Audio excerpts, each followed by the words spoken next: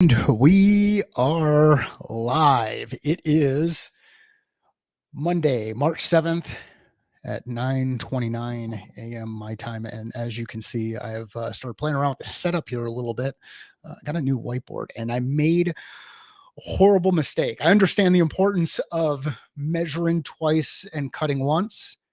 And I thought I had measured multiple times, but I didn't put it through all the use cases and ultimately have myself in a situation now where I actually have paint. I'm not covering the entire wall. And sadly, if I put my arm up, I just touched the top of the whiteboard. So I've got more than enough room to move this stuff around. Anyhow, uh, here we are, Motivational Monday. And I shared a quote yesterday when I posted the session. And inside the quote, we've got you gain strength, courage, and confidence by every experience in which you really stop to look fear in the face. You're able to say to yourself, I have lived through this horror. I can take the next thing that comes along. You must do the thing you think you cannot do. And that comes from Elanor Roosevelt. How is that for a quote? A pretty powerful quote to think about when you're thinking about the things that you can do to build confidence. So, how do we go through the process of building confidence? And I shared an equation yesterday from a strategy standpoint saying, when I look at confidence, I think confidence is trust in, and hey, Matthew Miller, I see you, and now I got to figure out how I can respond to it. Thanks for joining. This is the fourth or fifth LinkedIn Live that we've done so far, and really excited about it. So far. I'm still working on getting more folks in here, which will happen over time. But as we go back to that quote, so we've got a quote. The quote is, or excuse me, the equation is trust plus awareness. So confidence equals trust, confidence equals trust times awareness. So when we start to look at self-confidence, how can we build self-confidence? Well, first we have to trust our capabilities, trust that we can actually do something, trust that we can do the work that's necessary. And then we can multiply that by our level of self-awareness. You've seen a lot of people who trust in their ability, but have very little self-awareness. So if I'm 10 on the trust factor and a 0 on the self-awareness, confidence in being able to get that thing done is probably going to be pretty low. Now, what if I have done the work over a period of time? I'm battle tested. I've put these things into practice and I have a high level of self-awareness. Now I can start to multiply that level of confidence that I have in self and the confidence that others will have in your capability. I am who has time to stop? No kidding, Craig. And I want to thank Craig for being here. Cassie, it is great to see you. Matthew Miller, it is great to see you. How do you guys, how do you go through the process of building out your own confidence? What process do you go through? What motivates you to push through some things that maybe you didn't feel confident about doing immediately? I've seen both Cassie and Matthew Miller play miniature golf, and they should have confidence in their capabilities when it comes to miniature golf. I've seen holes in ones from both of them, so you've been able to do the work. The next question is, what's your level of awareness of capability? But how do you build confidence? And we're going to see what kind of delay. I think, Craig, the last time we looked at this, the delay was almost 30 seconds. I need to get some theme music playing in the background. While I'm waiting for that, I think going back to the Elanor Roosevelt quote is really important. It's, I have lived through this horror. I can take the next thing that comes along. Ultimately, you must do the thing you think you cannot do. You got to go through and actually go out there and do the work. Yeah, surrounding yourself with positive and encouraging people. It's there's so many times where that doubt can creep in, And you can create so much negative self-talk, especially while you're going through the process of working on new things and delivering new things. And then you get into this situation where you miss, you leave some eggshells in the omelet, or you burn the steak on the grill, or you miss the shot that you're taking. And what that negative self-talk can get you into a situation where you don't want to take chances again. But when you can work with people who are encouraging you, who have your back, they can help you break through those challenges. And I think Seth Godin really highlighted this well in his book, The Dip, and the importance of being able to break through the dip. Matthew Miller says, I have to. So, Cassie's comment was first surrounding myself with positive, encouraging people. Or excuse me, Craig says, nothing but time for me. Experience is something you cannot buy, and it sucks for those younger in the world, but it's a key part to it. It's critical. And Craig has seen my journey when it comes to video. There are videos that are out there of me looking, not blinking, not smiling, looking like I'm going to jump through the camera and eat somebody on the other end. And now I'm a little bit more natural. I still feel weird. Like even here, I'm looking at the monitor instead of looking at the camera lens. I'm still working on eye contact, but that eye contact won't happen unless I go out there and do the reps, do the work. And that's where the experience comes from.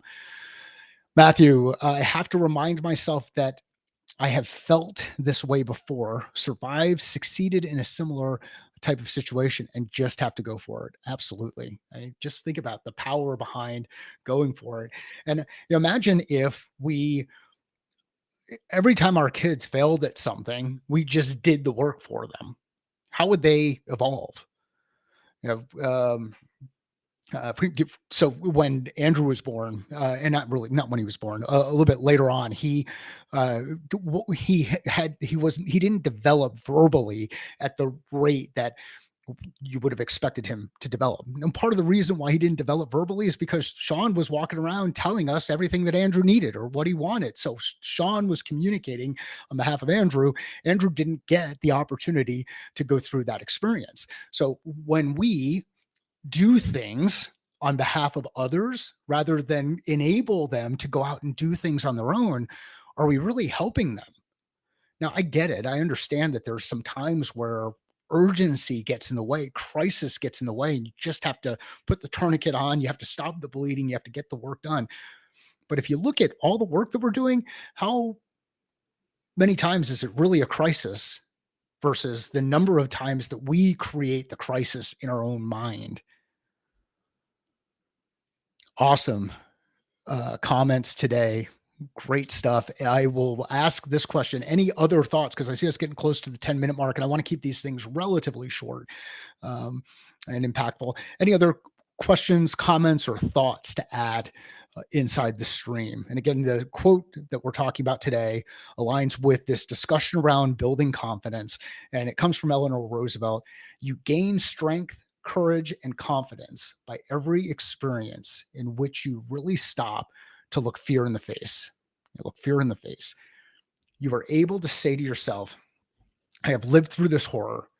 I can take the next thing that comes along. You must do the thing that you think you cannot do. And that comes from Eleanor Roosevelt.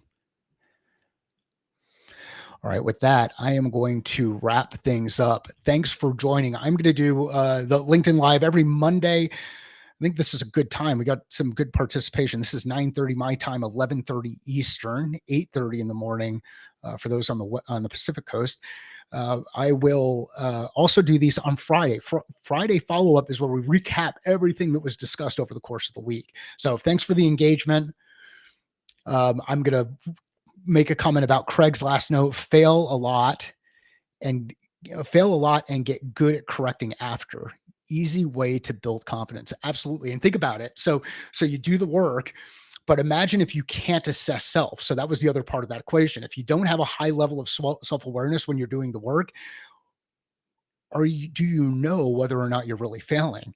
And this is why, when you work out, mirrors become really important, because sometimes people don't have the same kind of body control or body balance. They don't know where they are. Watching videotape of football games or a golf swing can be really helpful. That can help your as you evaluate the data, then you can improve the self-awareness. Everyone else might already know this. This comes from Matthew Miller. But since this is my first, I wanted to ask, do you host these at the same time every day? I do not do them every day. And I started to think about doing them multiple times for the week. Right now, I'm just going to stick with Mondays and Fridays. Mondays and Fridays, Matthew, thanks for the question. And right now, we're going to stick with this 11:30 Eastern time frame and go from there. Cassie reinforced Craig's point on blocking time for education, reading, podcasts, courses, etc., so that you can improve skill set. You have to invest in self. So it's you've heard this before by a number of people. You make a decision, you decide that you're going to do something, you commit to doing it, and then you take action. If you make a decision to do something, don't commit to it and take no action, you're not going to get any further or closer to the objective than you were when you started. You've got to take the time. And what you might find out is you go out there and you try something new, and as you do it, it's really, really hard and you don't enjoy it. And it continues to be really, really hard and you still don't enjoy it. Well, maybe at that point in time, after you've done the work, you decide maybe this isn't the thing for me. But imagine a situation where something's really, really hard and you do enjoy it, but it's still really hard to do. How do you continue to keep that level of commitment? Really good stuff. Alvaro, thanks for joining in. For me, knowledge is part of the key to gain confidence. And it goes, and it's, I forget who said this, but, people have said this before, the whole idea of the more you know, the more you realize you don't know. And that's why being passionate about learning things and getting out there and doing work and continuous, you taking a beginner's mind approach or continuous learning approach to the things that you work on can be really, really powerful because you start to open your eyes to all of the things that, uh, that you may have been missing. All right. Well, hey, thanks everybody for the engagement. I am going to watch this so that I can evaluate self and improve that level of self awareness to get a sense for how the timing worked on some of these comments and see how far we're off. And know that we'll do this on every Monday and Friday. If you would like to be aware of when these things are going live inside LinkedIn, you can click on my profile and click the bell, the notification icon, and then anytime I post something, you'll get that. Um, so you might get overwhelmed with a lot of stuff around things like customer decision making process, improving at problem solving, getting better at decision making, creating clarity and focus. Hopefully you enjoy it, and I look forward to your comments and engagement. Thank you, everyone.